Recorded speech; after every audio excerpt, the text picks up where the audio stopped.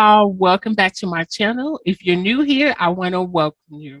My name is Eileen. I am the owner of Veer Up, which is an HR career consulting firm. We specialize in helping applicants find jobs or help with their resume and prepping for interviews. Before we get started, please like this video and subscribe to my channel. So I know we've talked about this before, but I want to talk about it again. You know, the remote interviewing process is here to stay. Everything that's going on in the world, it is going to be a part of the interviewing process because most applicants are looking for a flexible job that will allow them to work from home, spend more time with their family, or simply doing things that they love. So it's so important that we realize that remote interviewing is going to be something that's never going to go away. And so what I wanted to do is kind of look at some do's and don'ts of remote interviewing. And I know this sounds really simple, but it's important that you know these things before you set up a remote interview. So let's look at some of the do's. So the first thing, people don't realize this is a really big deal. Make sure that you smile. It is so important that you have this inviting look on your face, because I see so many interviews where the applicant will maybe not have a smile on their face because they want to be a professional, but that's not the way to do it. When you smile, it makes you seem like you have emotional intelligence because, you want to appear that you get along with others, and a smile on your face will do that. And so, of course, for the don't, you don't want to frown. You want to make sure that you don't have a confused look on your face, because I can remember a time when I interviewed someone and they didn't like the question I asked or they didn't understand it, but instead of asking for clarification, they had a very, very perplexed look on their face. And I remember that till this day. So that's a don't. Don't have any type of confusion or frown on your face. If something doesn't make sense, simply ask them to repeat themselves. And let's look at another, number 3. A do is you definitely want to listen. Even though I know a lot of people want to go into the interview and they have all these stories they want to tell about themselves, and that's wonderful. However, it is so important that you listen to the interviewer, because again, this will show you that you have emotional intelligence, that you know how to listen, because sometimes you're so busy of thinking about what you're going to say that you may miss what the interviewer is saying. So listen, and that's really important for a remote interview, and they're going to pay attention to see if you're listening. And of course, number 4 is the don't. Do not interrupt the interviewer. This is such a big, big no-no, because again, it is a two-way conversation, but you never want to interrupt. This is the time where you want to make sure that you show that you are a gracious interviewee. And another do is you want to thank the interviewer immediately. So as soon as you jump on the call or the remote interview, you want to tell the interviewer, thank you so much for taking time out of your day to interview. It shows that you are very, very grateful and that you have emotional intelligence. And it also shows that you are thoughtful and considerate. This means that you're able to work well with others. So it also shows you that you value the interviewee's time. And number 6, let's look at a don't. Don't ask how long this interview will last. I remember there was an interview that I conducted, and the person asked me, so how long do you think this will take? Do you think it'll be longer than an hour? Because I have to pick up my lunch at 12 or something like that, but I never forgot that. Now, typically, if it goes longer, they will tell you that, but it is really important that you don't already go in and asking them, so how long do you think it's going to take?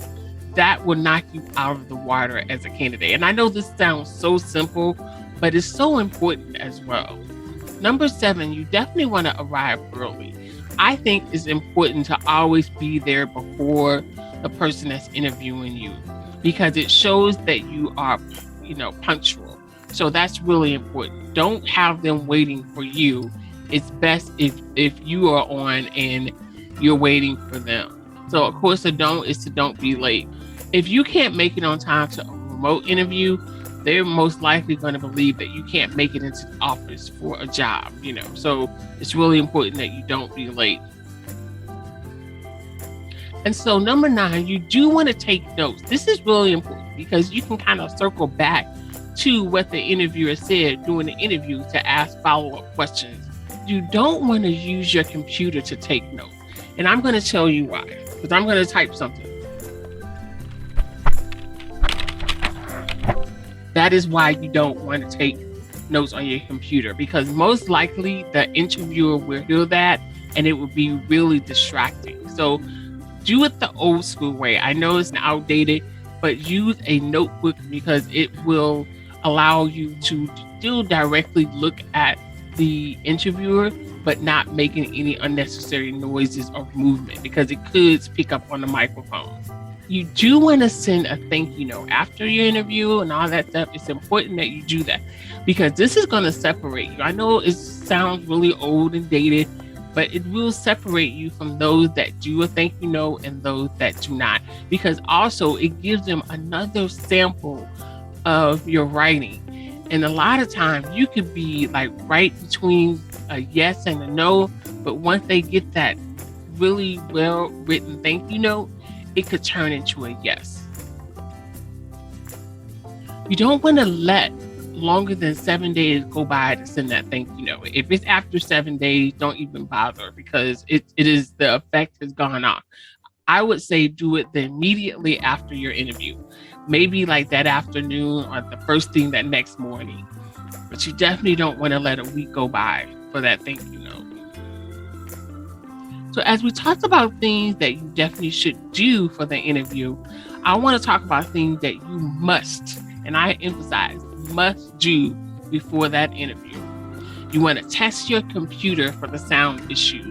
That is so important, because anytime you have sound issue, it will turn the interviewer off, meaning that you didn't prep for this interview. Check to see what you look like. Now, a lot of times they're going to tell you what software they're using or what platform. It could be Zoom, and Zoom, you definitely can check it before the interview. You also can do it on, if you have a MacBook with, I think it's called Photo Booth. Also with Hangout, you can check it. So whatever platform it is, try to get that early so you can check to see what your surrounding looks like and what your area is going to look like. I always say dress professionally, no matter what their working environment is, even if it's casual, just be on the safe side and dress professionally. Number 4, and I did say this over and over, this is so important.